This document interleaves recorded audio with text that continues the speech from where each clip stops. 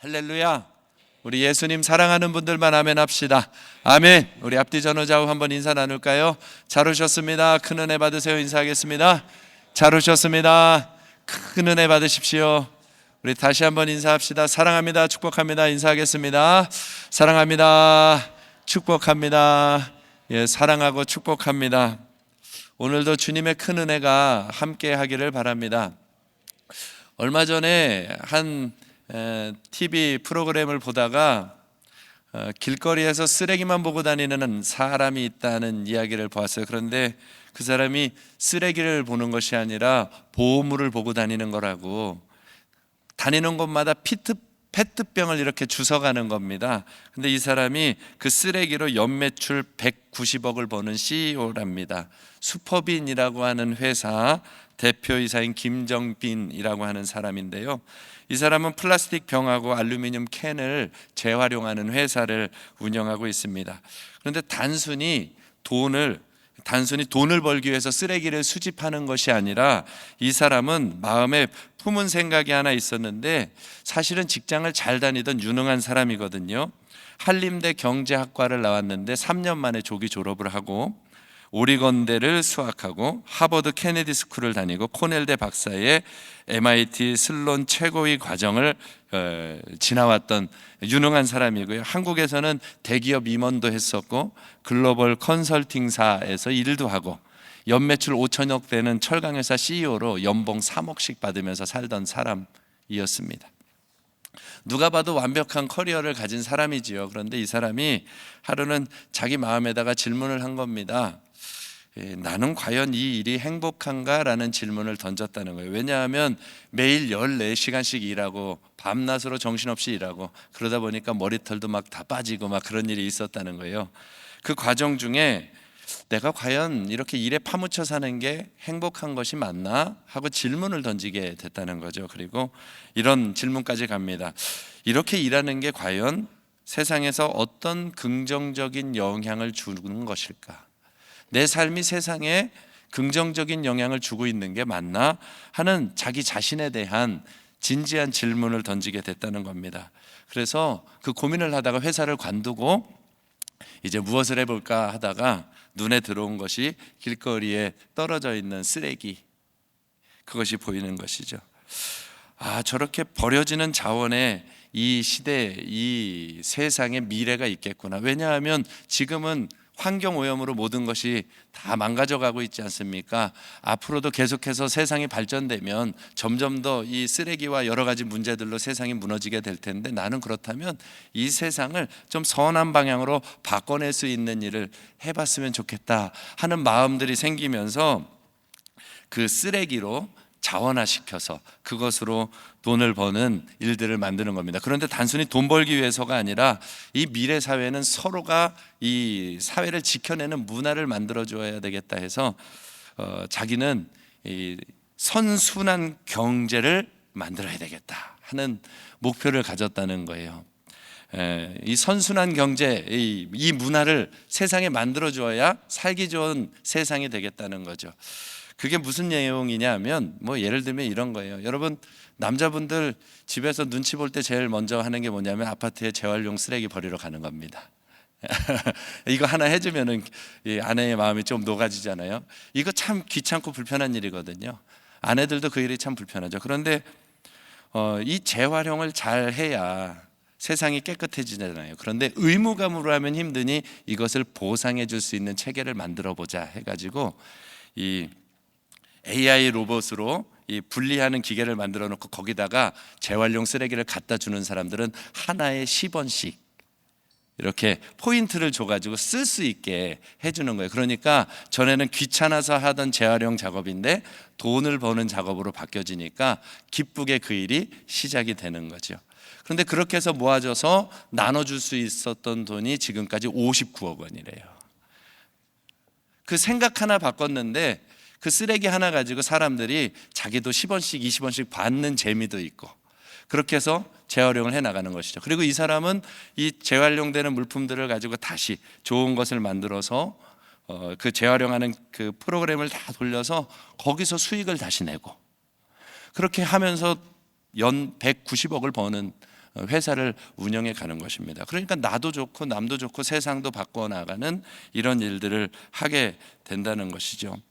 이런 생각들, 누군가가 해내는 일 같지만 이런 생각들이 바로 저와 여러분이 모두 다 해낼 수 있는 일이라고 하는 것입니다.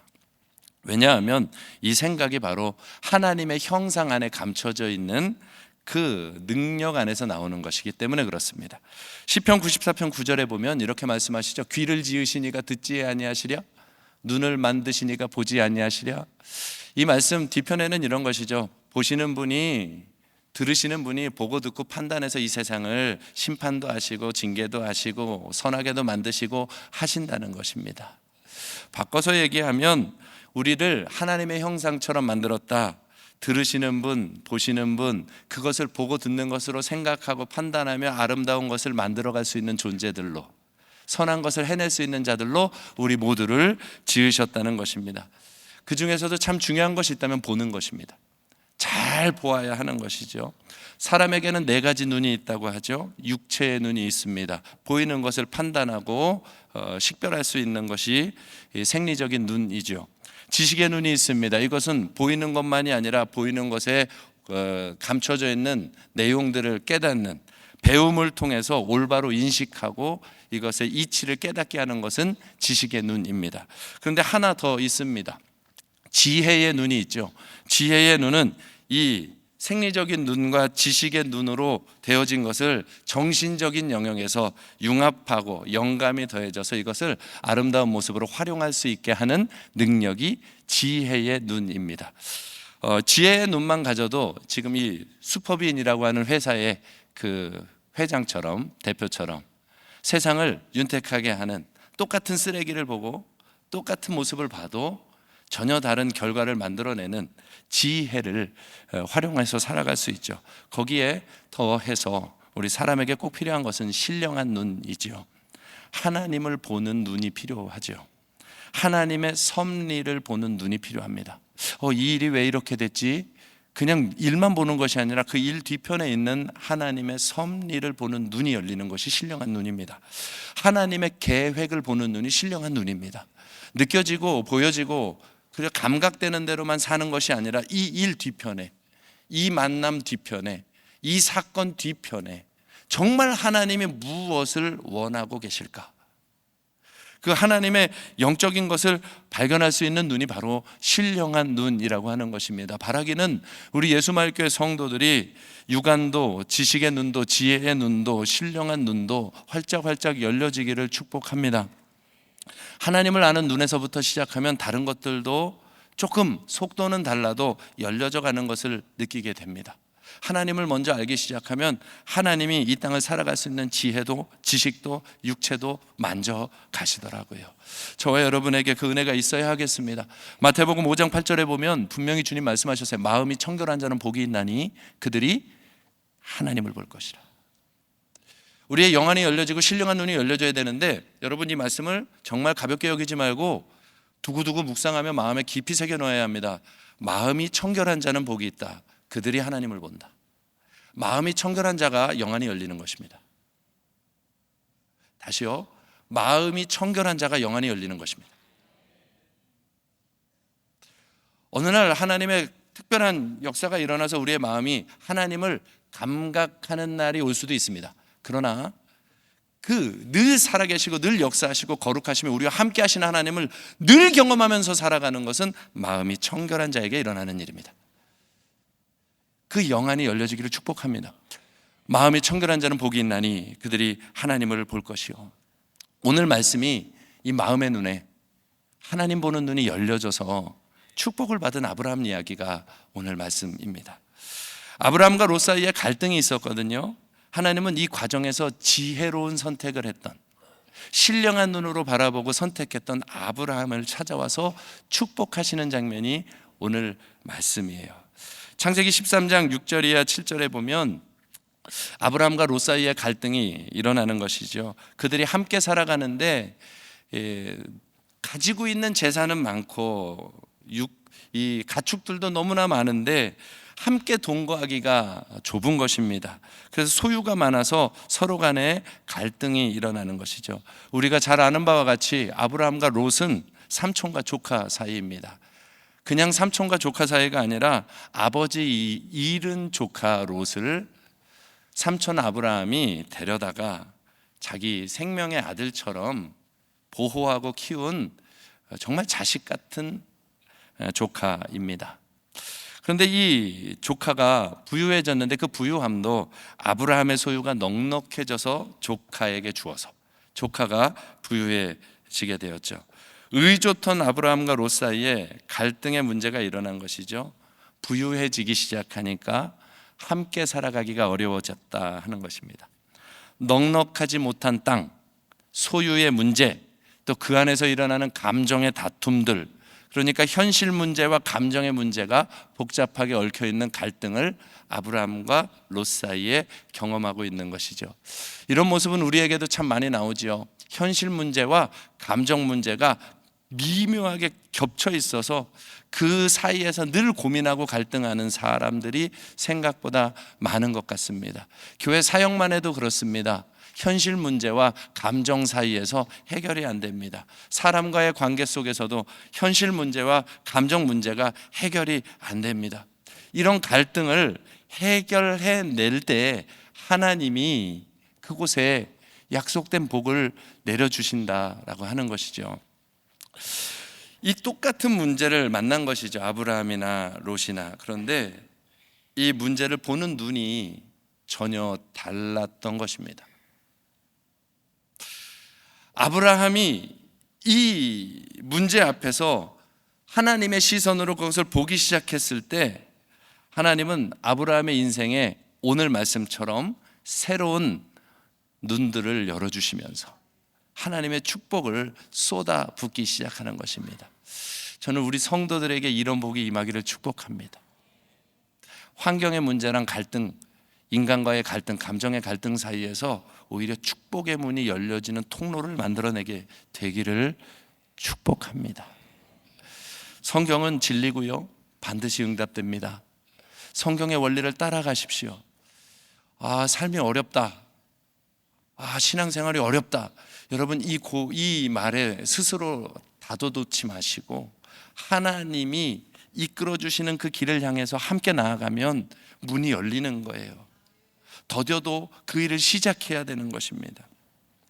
오늘 말씀에 아브라함과 롯, 이 사람들은 바라보는 눈이 달랐어요. 똑같은 문제를 놓고 바라보는 눈이 달랐는데 여러분, 정욕을 먼저 바라보면 실패하는 것입니다.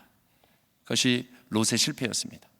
한번 따라해 보시죠. 정욕을 바라보면 실패합니다. 거기에 단어 하나를 제가 뺐죠.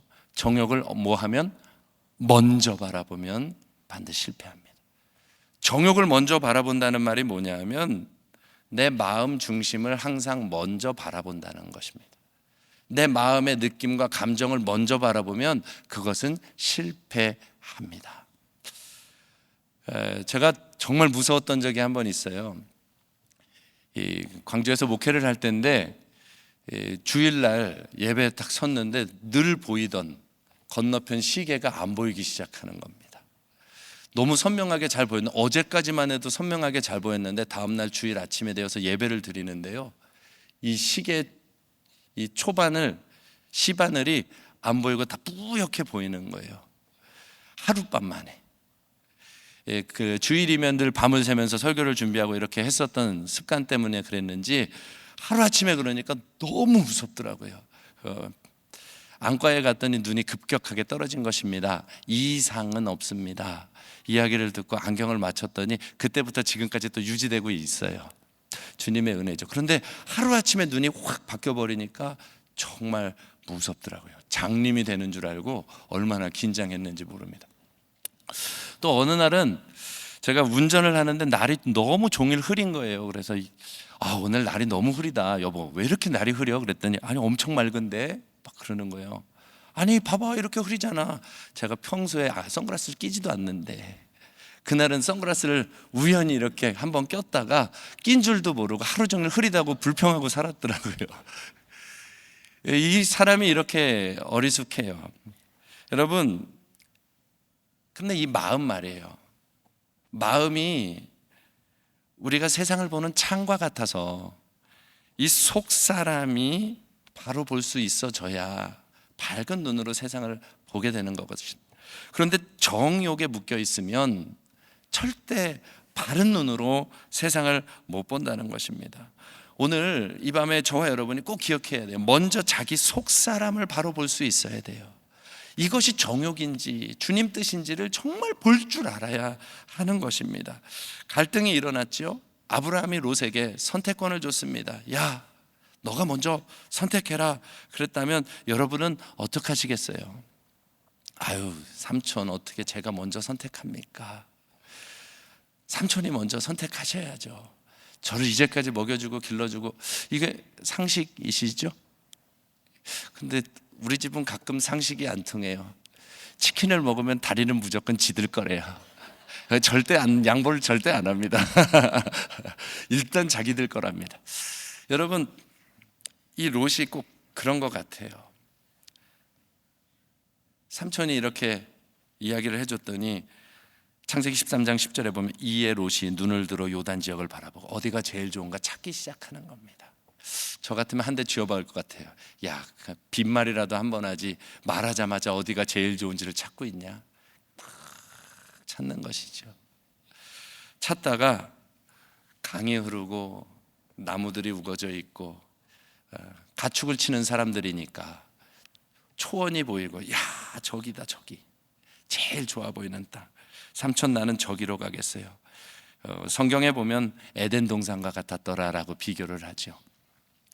너무 좋은 땅, 요단 온 지역을 택하고 동으로 옮겼다라고 이야기하고 있습니다. 그런데 창세기 13장 13절에 보면 아주 한마디로 딱 정리하죠. 소돔 사람은 큰 죄인이었더라. 롯의 눈에는 자기 마음의 정욕으로 바라보는 것이 1번이었습니다. 정욕으로 바라본다는 게 뭐 단순히 돈에 대한 욕심 이런 것이 아닙니다. 내 마음에 자기만 가지고 있는 그 기준들, 욕심들, 어떠한 자기만의 삶의 생각의 습관들, 자기에게 익숙한 것으로 바라보면서 살아가는 것들이 다 정욕이라고 하는 것이죠. 롯의 눈에는 이기적인 욕심으로 먼저 바라보는 것입니다. 자기 입장에서 자기 중심성을 가지고 바라보는 일들이 다 정욕의 일이었다는 것이죠. 여러분, 이와 같이 바라볼 때 실패의 길을 들어서게 되는 것입니다. 정욕을 바라보면 실패합니다. 먼저는 이런 정욕을 피해야 됩니다. 안목의 정욕을 피하십시오. 롯은 바라보고 제일 좋은 것을 얻잖아요. 안목의 적용에 무너졌던 사람이 바로 하와 아닙니까? 마귀의 유혹을 따르는 그 안목의 정욕 말이에요. 보암직도 하고 먹음직도 한 그 나무를 보다가 무너졌습니다. 창세기 2장 9절에 보면 생명나무와 선악을 알게 하는 나무가 어디 있었냐면 동산 정중앙에 있었다. 보이기에 가장 좋은 곳에 있었습니다. 여러분, 이것을 기억하셔야 돼요. 보이기에 가장 좋은 곳에 생명나무와 선악을 알게 하는 두 가지 나무가 함께 있었다는 것입니다. 유혹은 멀리 있는 것이 아닙니다. 죄는 멀리 있는 것이 아닙니다. 갈등은 멀리 있는 것이 아닙니다. 우리를 넘어뜨리는 것은 가장 잘 보이는 곳에 있습니다. 제가 맨날 백 얘기해서 미안한데 여성분들 이 명품백의 유혹이 자꾸 찾아오는 것은 바로 옆 사람이 들고 있기 때문에 그렇습니다. 가장 잘 보이는 곳에 있습니다. 그렇기 때문에 나도 하나 있어야 된다는 생각이 들게 되는 것이죠. 선악을 알게 하는 나무는 가장 잘 보이는 곳에 있어요. 그 안목의 정욕, 거기에 무너졌을 때 이 결과가 아주 치명적이었죠. 사망을 가져왔고 저주를 가져왔고 지옥을 가져왔고, 하나님의 명령을 떠나 가장 잘 보이는 오늘 당장 먹으면 보암직하고 먹음직스러운 그것을 딱 취하는 순간, 정욕, 마음의 정욕을 따라 취하는 순간 무너지는 거예요.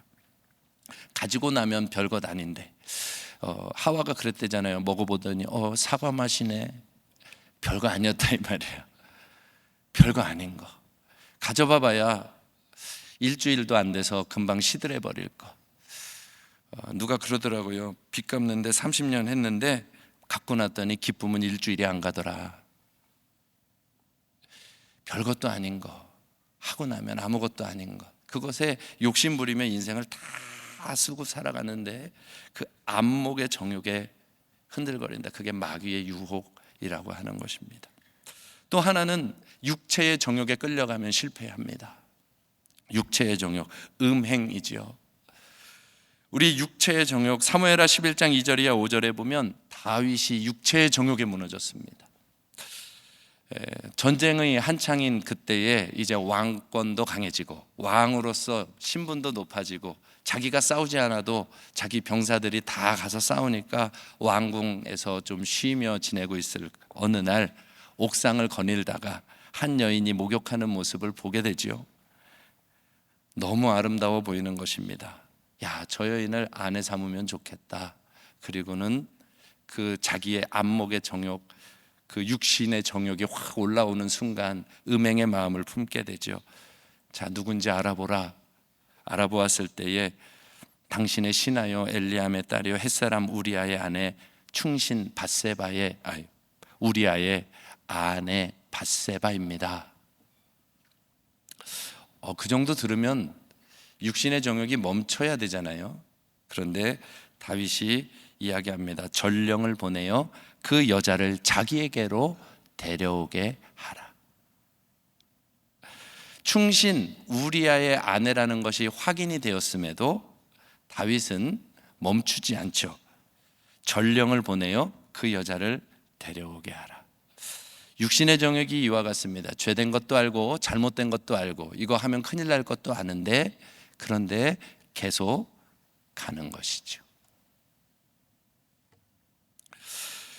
단순히 음행을 저지른 것이 아닙니다. 다윗의 육신의 정욕은 단순한 행동의 실수나 죄가 아니라 왕으로서 이제 안정을 찾고 권세를 가지고 힘을 발휘할 수 있는 그 상황에서 마음에 채워진 교만함이 드러난 행위의 열매인 것이죠. 그가 만일 왕이 아니었다면 그런 생각을 했을까요? 왕으로서 자리를 잡고 안정을 취하기 시작하니까 그때부터는 자기 마음대로 여인을 취하기도 하고 버리기도 하고 할 수 있는 그 왕의 잘못된 권세를 사용하려고 하는 마음으로 변한 것이죠. 여러분, 다윗에게로 가져가서 그렇죠. 저와 여러분이 혹 이와 같은 자리에 들어가는 경우가 있을 수 있다는 것입니다. 오늘 속마음을 잘 보아야 돼요. 그것부터 바뀌어지지 않으면 우리는 눈이 온전히 서지 않으면 무너지게 되는 것이거든요. 우리 안에 힘이 주어졌을 때 그 힘을 어떻게 활용하냐는 것입니다. 가정 안에서 입심이 아마 생겨났을 것인데 그것을 어떻게 활용하고 계십니까? 사람과 사람 사이에서 어느 순간부터는 권위가 주어졌을 텐데 그 권위를 무엇을 위해 쓰고 계십니까? 자신의 육신의 욕구를 위하여 쓰고 있지는 않습니까? 그 육신의 정욕에 끌려간 그 순간 다윗은 일생일대의 치명적인 자기 생애에 다시는 지울 수 없는 가장 큰 오점을 남기게 되는 것입니다. 여러분, 정욕을 따라가는 것은 반드시 실패합니다. 오늘 주의 말씀을 들을 때에 우리의 마음에 정욕을 항상 먼저 선택하는 마음이 있다면 오늘 그 마음을 걷어낼 수 있는 날이 되기를 축복합니다. 정욕은 또 있죠. 물질의 정욕이 있습니다. 아간이라고 하는 사람이 무너질 때에 여리고성 전투에 승리를 하고 나서 그가 물질에 욕심이 나죠. 시날산의 아름다운 외투 한 벌과 은 200세겔과 50세겔 되는 금덩이를 보고 탐이 나서 하나님께 드려진 것을 자기 장막 아래 숨겼을 때 민족 전체가 전쟁에서 패배하는 일을 경험하게 됩니다.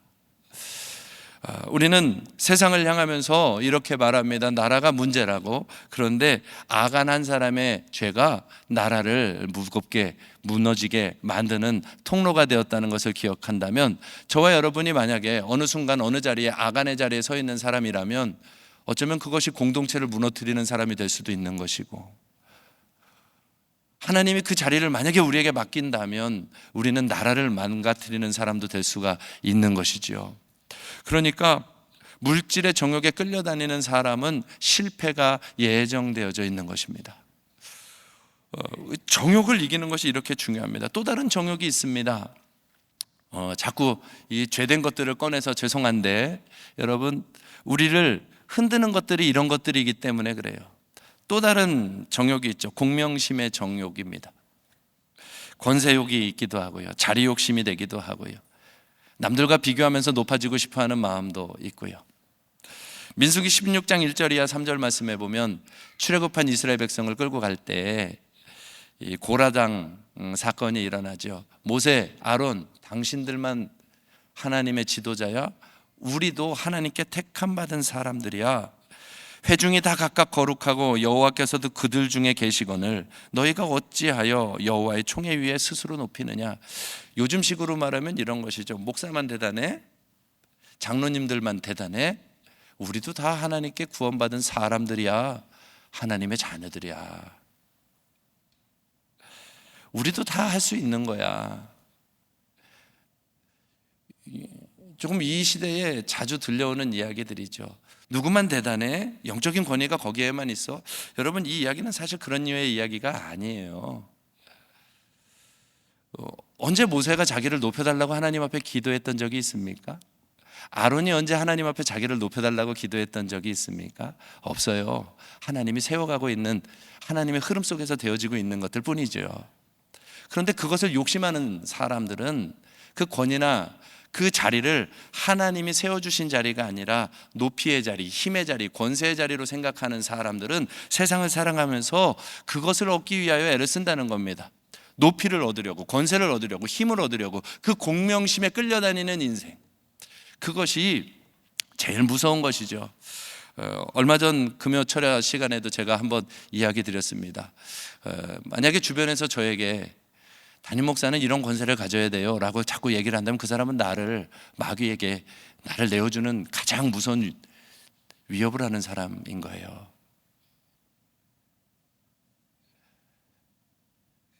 그게 제일 무서운 거예요.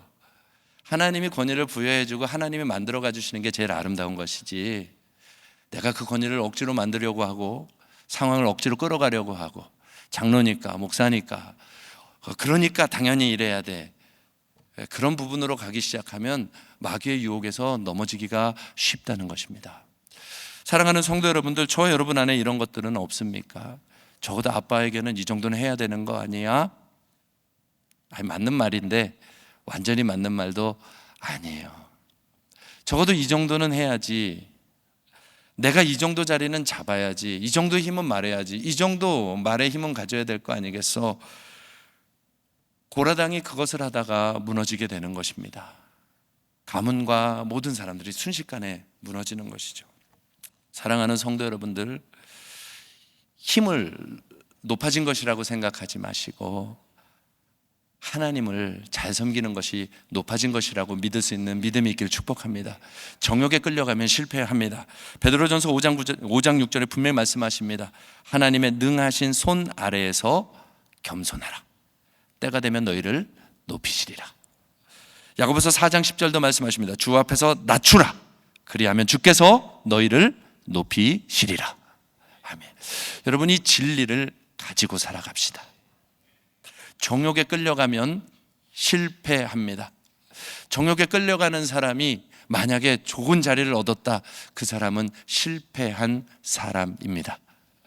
하나님의 평가는 그럴 것입니다. 또 하나 이런 정욕이 있습니다. 회피의 정욕이 있습니다.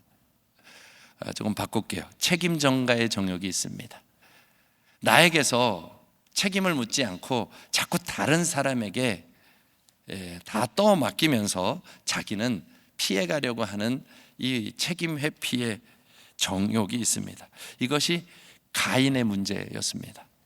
하나님이 가인과 아벨이 예배를 드렸을 때 아벨의 제물은 받으셨는데 가인의 제물은 받지 않으십니다. 그때 가인이 몹시 화가 나서 생각합니다. 저 아벨만 사라지면 되는데, 아벨만 사라지면 되는데. 그리고는 아벨에게 자기의 제물이 하나님께 연락되지 않은 것에 대한 책임을 전가하고 아벨을 죽이는 것입니다. 그런데 하나님은 이렇게 말씀하시죠. 아벨 때문이 아니야. 너 마음 안에 있는 죄 때문이야. 너 마음 안에 꽉 차 있는 죄 때문이야. 이것을 조금 모양을 바꿔볼까요? 우리는 이런 고백을 하나님 앞에 할 때가 있어요. 하나님, 내 인생에 왜 이렇게 어그러지죠? 이렇게 모든 것이 복잡하죠? 왜 억울한 일을 당하는 것만 같죠? 막 그렇게 남들은 다 잘 돼가는데 왜 나는 잘 안 되죠? 응답이 왜 더디죠? 가인의 모습이 하나님 앞에 응답받지 못한 모습과도 같은 거거든요. 하나님께 예배를 드렸는데 가인의 예배를 받아주지 않았으니까 가인의 기도는 응답받지 못한 것이거든요. 우리가 기도하던 것들이 응답이 안 되는 것처럼 보이는 상황들을 만날 때 말이에요. 나는 이렇게 됐으면 좋겠는데 왜 그렇게 안 되지? 공동체가 이렇게 됐으면 좋겠는데 왜 그렇게 안 되지? 우리의 가정은 좀 삶이 이렇게 펴졌으면 좋겠는데 왜 그렇게 안 되지? 삶의 고난과 어려움들에 대하여서, 응답받지 못하는 것에 대하여서 자꾸 질문을 하다 보면 어느 순간인가 이 책임을 다른 사람에게로 가져간다는 것입니다. 목사 때문이야, 장로 때문이야, 우리 리더 때문이야, 남편 때문이야, 아내 때문이야, 세상 때문이야. 책임을 다 전가하고 자기는 쏙 빠지는, 그래서 세상에서 오직 나만 의로운 사람이 되어버리는, 여러분, 이 책임 전가의 정욕에서 자유로운 사람이 많지 않다는 거예요. 그런데 이 눈으로 바라보고 살아가면 그 길은 마치 선글라스를 끼고 세상을 보는 것 같아서 자기라고 하는 그 정욕에서 벗어나지 못하면 하나님이 준비한 아름다운 성공의 길, 승리한 그 아름다운 계획의 길을 갈 수가 없게 되는 거예요. 그래서 오늘 말씀이 너무 중요한 것입니다. 창세기 3장 12절에 보면 이 책임 회피의 끝판왕이 나옵니다. 바로 아담입니다. 같이 한번 읽어보실래요? 시작. 아담이 이르되 하나님이 주셔서 나와 함께 있게 하신 여자, 그가 그 나무 열매를 내게 주므로 내가 먹었나이다. 하나님이 주셔서 나와 함께 있게 하신 여자, 나 이거 선악과 따먹은 거 여자 때문이에요. 여자 때문이에요. 내가 결혼만 잘했어도 내 인생에 문제 없었어요. 근데 그 앞에 단어가 더 무섭죠. 하나님이 주셔서. 그냥 하와만 탓하지 않아요. 하나님이 주셔서. 누구 탓이에요? 하나님 때문이라는 거예요. 하나님 때문이라는 거. 우리의 원망 안에 담겨있는 진짜 방향은 하나님입니다, 여러분. 우리의 정욕으로 말하는 모든 것들의 진짜 방향은 하나님이라는 것을 기억하셔야 돼요. 하나님, 왜 이렇게 하는 거야? 저 사람 왜 저러는 거야? 여러분, 그 사람을 주신 분이 하나님이십니다. 그 상황을 주신 분이 하나님이십니다. 그 만남을 주신 분이 하나님이십니다. 거기서 나오는 책임을 회피하고자 나는 의롭고 저 사람 때문이야 라고 말하는 그 말 뒤편에는 하나님을 향하여서 모든 손가락을 돌리고 있는 진짜 마음이 감춰져 있는 거예요. 나는 하나님 한 번도 그런 적 없는데, 아니요. 지금 내가 말하는 불평과 원망들이 다 사실은 그 일을 허락하신 하나님을 향한 손가락이라는 것을 정말 믿음으로 볼 수 있기를 축복합니다. 실패는 바로 거기에서 오는 것입니다. 우리의 눈이 활짝활짝 열려져야 되겠습니다. 항상 다른 사람에게서 길을 찾으려고 하는데 그렇지 않습니다. 결국에 선악과를 따먹은 사람은 누구예요? 나예요. 선택을 한 건 누구예요? 나예요.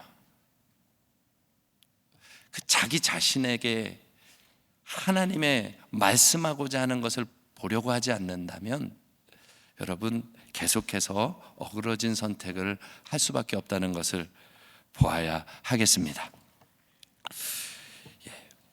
너무 심각하죠? 이제부터는 축복의 길이 나오게 됩니다. 사랑하는 성도 여러분들, 자기 자신, 정욕의 길이 실패라면 두 번째는 이것입니다. 여기 달려 나와줬는데 안 할게요. 달려 나와줬는데 안 할게요. 두 번째는 이것입니다. 하나님 나라 눈으로 바라보면 길이 열린다는 것입니다. 하나님 나라 눈으로 바라보면 길이 보입니다. 오늘 밤에 이것을 회복하고 가셔야 됩니다. 하나님 나라의 눈에는 길이 보이기 시작하는 거예요. 하나님 나라 눈이 뭐냐 하면 거듭난 눈입니다. 거듭난 눈. 하나님의 뜻과 계획을 먼저 볼 수 있는 눈이 거듭난 눈이에요. 요한복음 3장 3절에는 분명 주님이 이렇게 말씀하십니다. 같이 한번 읽어보죠. 시작. 예수께서 대답하여 이르시되 진실로 진실로 내게 이르노니 사람이 거듭나지 아니하면 하나님의 나라를 볼 수 없느니라. 아멘. 하나님의 나라를 볼 수 없는 사람이 있는데 거듭나지 않은 사람. 바꿔서 얘기하면 거듭난 사람은 하나님 나라를 볼 수 있다는 거예요. 하나님 나라의 생각이 뭔지를 알고 살아갈 수 있다는 것이죠. 요한복음 3장 5절에도 예수님이 말씀하시기를 진실로 너희에게 이르노니 사람이 물과 성령으로 나지 아니하면 하나님 나라에 들어갈 수 없느니라 그랬습니다. 이건 죽어서 가는 천국도 이야기할 수 있지만 오늘 이곳에 임하신 하나님의 나라에 들어가서 살아갈 수 있는 사람과 없는 사람이 갈라지는데 그것이 뭐냐? 물과 성령으로 거듭난 사람들. 물과 성령으로 거듭났다는 말은 바꿔서 얘기하면 하나님을 온전히 받아들이고 믿은 사람들에게는 이 눈이 열려진다는 것이. 아브라함이 이 눈이 열린 거예요. 똑같이 롯과 갈등이 있었는데 그 자리에서 아브라함은 선택을 다르게 하는 것이죠. 너희 목자가 다투고 우리가 지금 이런 싸움이 일어나니 우리 이 문제를 해결해보자 하고는 아브라함이 제일 먼저 한 일이 창세기 13장 8절 말씀인 것입니다. 같이 한번 읽어보죠. 시작. 아브라함이 롯에게 이르되 우리는 한 친족이라 나나 너나 내 목자나 내 목자나 서로 다투게 하지 말자. 여러분, 아브라함이 보는 첫 번째 방법은 싸우지 말자였어요. 서로 사랑하자였습니다. 싸우지 말자. 서로 사랑하자. 이게 하나님 나라 눈이에요. 우리 같으면 야, 너 조카 롯 어떻게 그럴 수가 있냐? 삼촌한테 어떻게 그렇게 다투고 싸우고 돈 때문에 지금 이럴 수가 있느냐? 어떻게 너가 먼저 선택할 수 있느냐? 여러 가지 이야기를 할 수 있지만 아브라함은 그것이 아니라 이 문제가 터지자마자 우리는 한 친족이야. 너나 나나 내 목자나 내 목자나 서로 다투게 하지 말자. 너와 나는 가족이야. 너와 나는 가족이야. 하나님 나라 눈이 열리면 관계부터 확인하는 거예요. 하나님 뜻대로 행하는 자가 가족이라고 예수님 말씀하셨어요. 나랑 익숙한 사람만 가족이 아니고 우리 핏줄만이 가족이 아니라 십자가의 보혈로 하나가 되어서 함께 하나님의 뜻을 따라가는 사람은 다 가족이라고요. 그 가족됨을 잃어버리면 싸움이 일어나는 거예요. 분노가 일어나고. 그러나 하나님이 싸우지 말자. 이 아브라함은 그 일을 할 수 있는 거예요. 우리는 가족이야. 어디까지 가요? 너의 목자나 내 목자나 서로 다투게 하지 말자. 여러분, 이거 세상에 없는 가치입니다. 우리나라는 동과 서가 싸우잖아요. 영남이냐 호남이냐 싸우잖아요. 네 편이냐 내 편이냐 싸우잖아요. 우냐 좌냐 싸우잖아요. 내 편 아니면 무조건 나쁜 놈이잖아요. 그게 세상이에요. 정욕으로 보는 세상. 그래서 시끄러운 것입니다. 싸움을 피할 수가 없어요. 물론 진리냐 아니냐의 싸움은 해야 되겠지만 사실 우리가 지금 싸우고 있는 대부분의 싸움이 진리냐 아니냐만의 싸움은 아닌 것 같거든요. 교회는 진리에 대하여서는 명확하게 선을 긋고 이야기해야 되겠지만 그러나 저와 여러분의 마음을 움직이는 것이 정말 오직 진리 때문에만 그렇게 되지는 않잖아요. 지금 이 시대와 이 세상이 그렇잖아요. 그런데 아브라함은 내 목자나 네 목자나 내 편 네 편 가리지 말고 싸우지 말자. 서로 사랑하자. 교회 안에 이것이 필요한 것이죠. 이 시대 안에 이것이 필요한 것이죠. 하나님의 진리 안에서 싸우지 아니하고 서로 사랑할 수 있는 이 일들이 필요한 것이죠. 이게 하나님 나라의 눈인 것이죠. 아브라함이 그것을 가지고 있는 거예요. 또 하나는 아브라함은 이렇게 하죠. 네가 좌하면 나는 우하리라. 이게 하나님 나라 방법이에요. 하나님 나라 눈을 가지고 있어요. 제 식으로 표현해 봤어요. 먼저 사랑. 한번 따라해 볼까요? 먼저 사랑. 먼저 사랑하는 거예요. 먼저 사랑은 어떻게 해요? 기득권을 포기하는 거거든요. 내가 마땅히 행사해야 할 기득권을 포기하는 게 먼저 사랑이거든요. 내가 먼저 감당해야 될 손해를 맞이해 주는 거거든요. 아브라함은 지금 그 일을 하고 있는 거예요. 네 앞에 온 땅이 있지 아니하냐? 너가 좌하면 나는 우하고 내가 우하면 나는 좌하리라. 지난주에도 얘기했는데 이렇게 살면 세상은 뭐라 그런다고요? 호구. 네가 좌하면 나는 우할게. 너가 좋은 거 먼저 선택해. 그러면 나는 남은 거 선택할게. 기득권을 내려놓는 것, 이게 가능하겠느냐? 그런데 여러분, 아브라함이 이 하나님 나라의 눈을 가질 수 있었던 사건이 오늘 말씀 바로 앞에 있습니다. 바로 애굽에 내려갔던 사건입니다. 가나안 땅에 기근이 들어서 모든 것을 잃어버리고 먹고 살 길 찾아, 물질 찾아, 생명 살기 위하여 애굽으로 내려가서 오늘 나의 생명을 유지하기 위해서 온갖 술수와 잔꾀를 다 부렸던 그 자리에서 하나님이 아브라함을 지켜주시고 오히려 거부로 만들어서 가나안으로 올려보내셨습니다. 똑같은 자리를 롯도 함께 걸어왔죠. 그런데 아브라함은 그 자리에서 무엇을 보느냐 하면,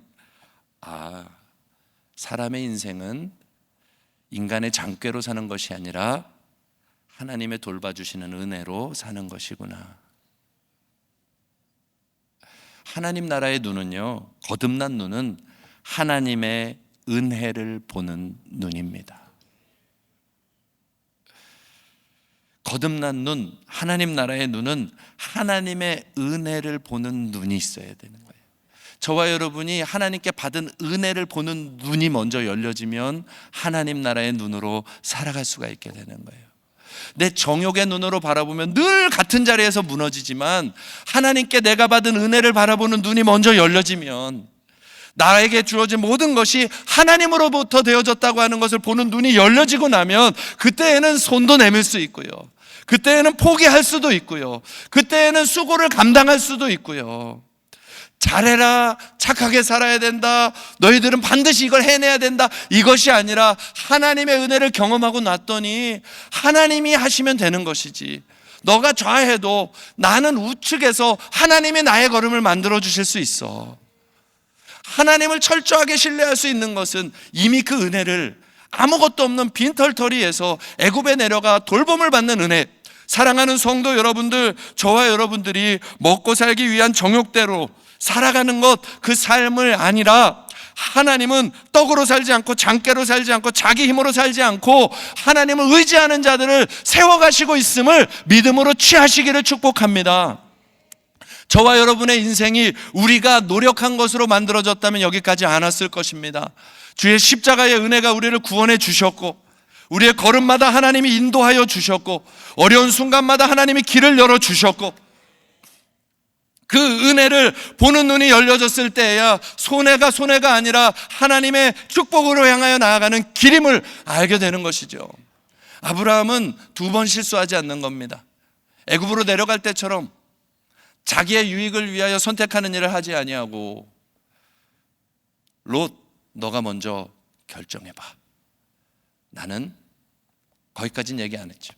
나는 하나님이 책임져 주실 거야.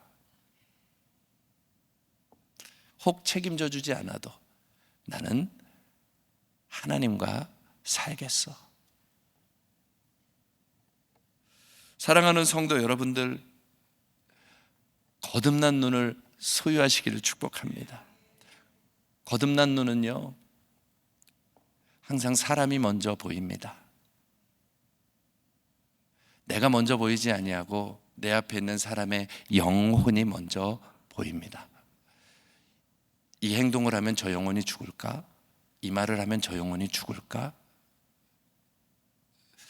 내 안에서 상대방의 영혼이 먼저 보이는 거예요.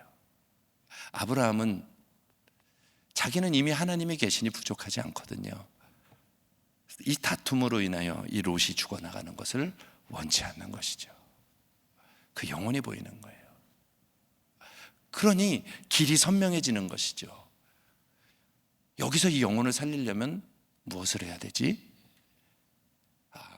양보해야 되겠구나. 길이 거기서 나오는 것입니다.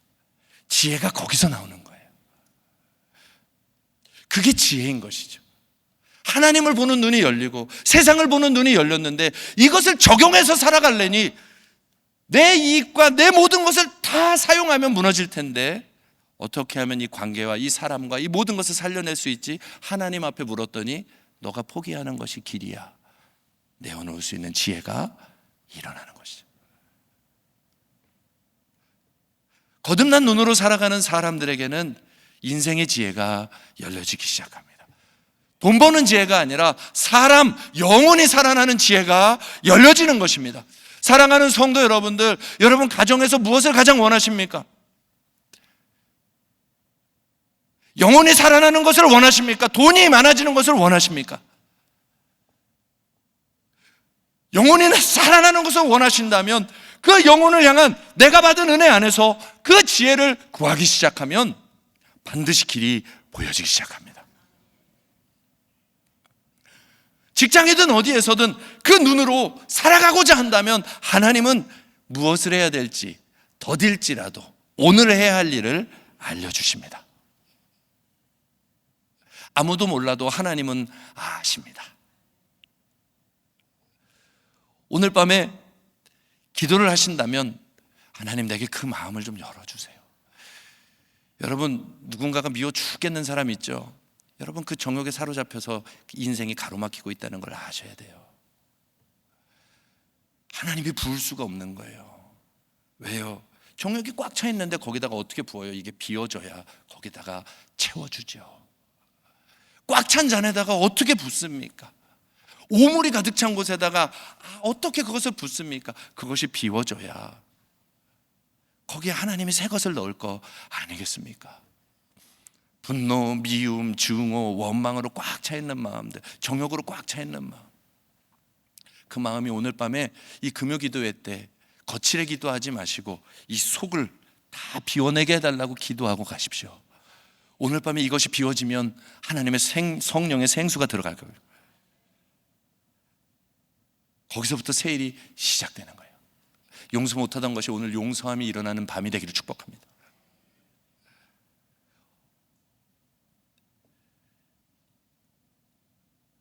이 선택을 하며 살아가는 것이 은혜의 눈, 거듭난 사람의 하나님 나라의 눈인 것입니다. 사도 바울이 어떻게 저렇게 인생을 드릴 수 있을까? 디모데전서 1장 15절에 보면 예수께서 죄인을 구원하시려고 세상에 임하셨다 하였도다. 죄인 중에 내가 괴순이라. 자기를 바라보는 눈이 오직 은혜예요. 나는 하나님의 은혜, 나는 하나님의 은혜, 나는 하나님의 은혜. 사람을 죽인 괴수 같은 나를 하나님이 여기까지 오게 하셨다면 내가 누구를 무엇을 용납 못하리요. 그리고 선명하게 자기를 향한 계획을 알죠. 디모데전서 1장 16절 주를 믿어 영생 얻는 자들에게 뭐가 되려고? 본이 되게 하려 하시려고. 저와 여러분을 구원하신 이유가 여기 있다고 하세요. 주를 믿어 영생 얻는 자들에게 본이 되게 하시려고. 우리를 이것 때문에 부르신 거예요. 교회 우리를 먼저 부르신 이유, 본이 되게 하시려고. 내가 좋은 것만 하는 사람 되게 하시려고가 아니라 본이 되게 하시려고. 예수 사랑으로 보는 사람 되게 하시려고.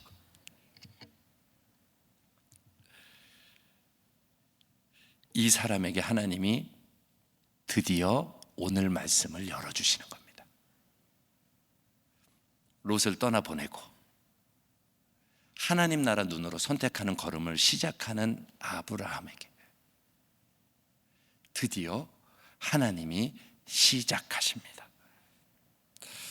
한번 따라하시죠. 하나님을 따라서 바라보면 축복의 문이 열립니다.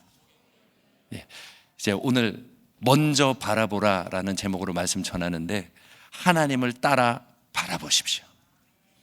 하나님을 따라 바라보는 것은 이것입니다. 하나님이 보여주시는 것을 바라보십시오. 보고 싶은 것을 보지 마시고 보여주시는 것을 보십시오. 창세기 13장 14절 15절에 롯이 아브라함을 떠난 후에, 아브라함이 드디어 하늘의 방법으로 선택을 한 이후에, 하늘의 방법으로 선택한 이후에 여호와께서 아브라함에게 이르시되, 여기서부터 같이 읽어볼까요? 시작. 너는 눈을 들어 너 있는 곳에서 북쪽과 남쪽 그리고 동쪽과 서쪽을 바라보라. 보이는 땅을 내가 너와 내 자손에게 주리니 영원히 이르리라. 아멘. 롯이 아무리 머리 굴리고 선택하고 가봐야 아브라함이 보는 곳 아닙니다. 별로 기대를 안 하시네요. 아브라함이 보는 것 아닙니다. 아브라함의 눈 안에 요단도 보입니다. 소돔과 고모라도 보입니다. 전 세계가 보입니다. 사랑하는 성도 여러분들, 하나님이 우리에게 주고 싶어 하시는 것은 온 세상입니다. 하나님이 보여주시는 것을 보십시오. 내가 보고 싶은 것을 보고 울고 하지 마시고, 하나님이 이 길을 가는 자에게 주님이 약속하시는 거예요. 동쪽과 서쪽, 북쪽과 남쪽을 바라보라. 하나님이 보여주시는 거 다 주시겠다는 거예요. 주시겠다는 거예요. 하나님 뜻대로 살아가는 사람의 지경을 하나님이 넓혀주시겠다는 거예요. 주님이 보여주시는 것을 바라보십시오. 그것을 아멘으로 취하십시오. 그것을 자꾸 밀어내려고 하지 마십시오. 하나님이 저와 여러분을 보여주실 때는 우리의 생각을 넘어서는 것을 보여주십니다. 오늘 남산 꼭대기에 올라가서 하나님이 보여주시는 거예요. 야, 저 강남도 네 거 될 거야.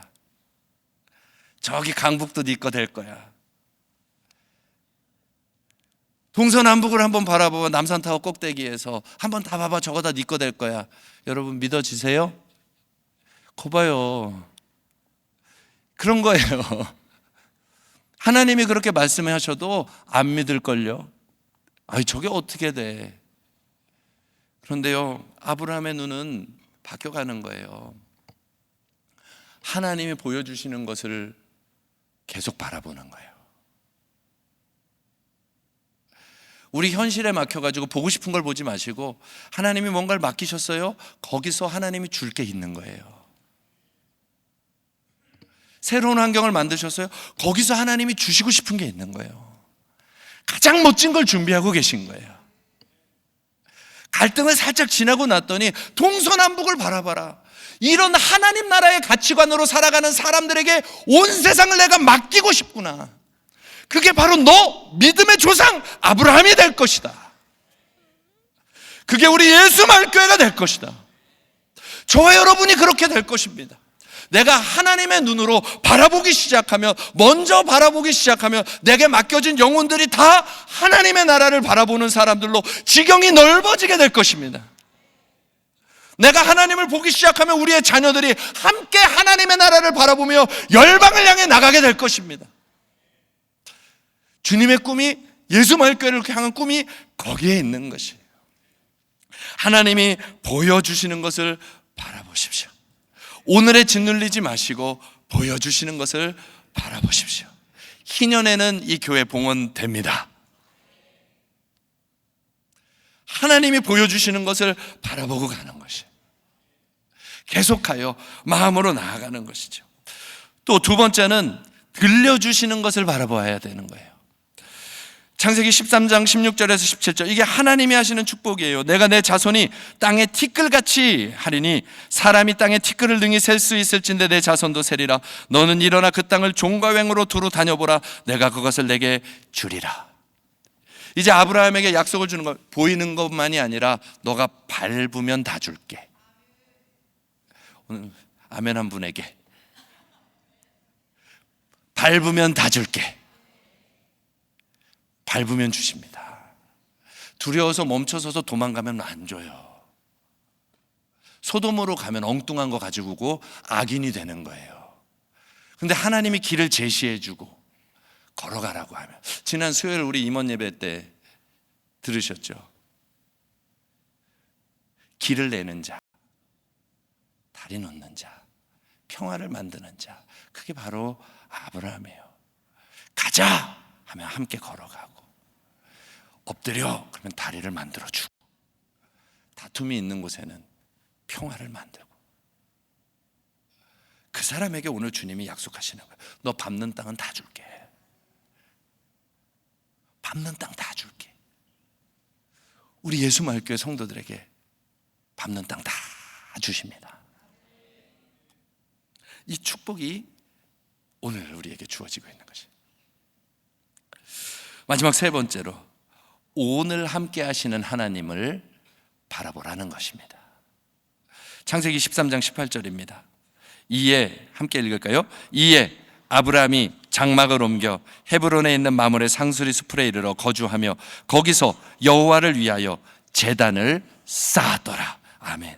아브라함이 롯과 헤어진 후에 장막을 옮겨 헤브론으로 갑니다. 그리고 그곳에 제단을 쌓고 하나님께 예배를 드리죠. 종과 횡으로 다녀보라 한 첫 걸음을 내디딘 것입니다.